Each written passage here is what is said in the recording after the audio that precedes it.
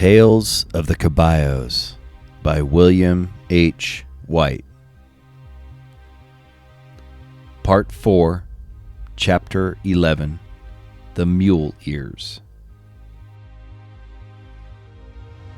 A favorite sign of the Spanish was mule ears. The rocks at this site were definitely placed there for a purpose, and the purpose was to mark the way for any future Spaniards who may wander there.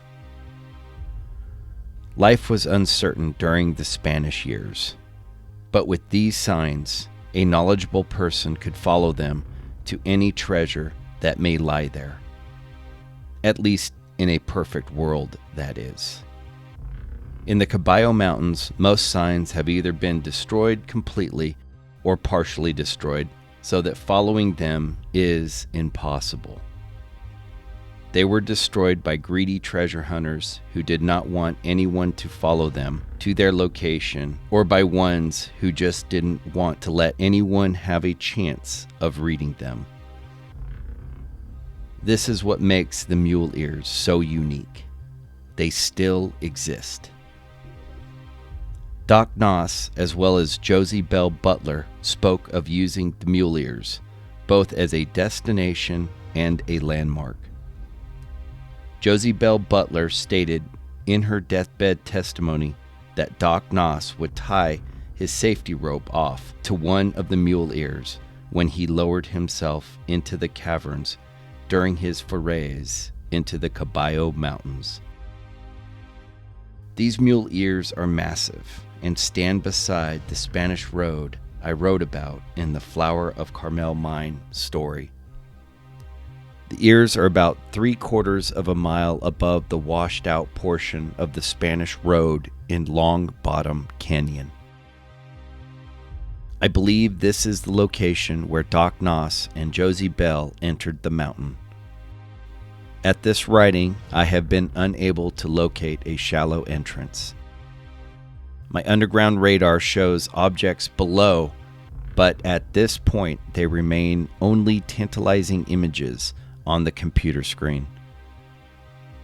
This area is under mineral claim, and therefore I have no urgency in pursuing this. Were this area to become open, my interest would increase. I also have reason to believe that Padre LaRue is buried in this vicinity. On the opposite side of the canyon, past the washed-out Spanish road, there is a hackberry tree overlooking the wash. Placed in this tree is a stone image of a kneeling priest being held up by the tree's branches on two sides. This stone could not have been placed there by accident or just rolled off the hill into the tree. Somebody placed it there, and I think it may be the Apaches from the mission. I consider this a grave marker. The Apaches always use stones to mark their graves, so it would be a natural thing to do this in this case. I also get massive gold hits within my long-range metal detector on this site. This conforms to the Noss Butler stories that from under the dead hand of Padre LaRue, maps and descriptions of Victorio Peak emerged.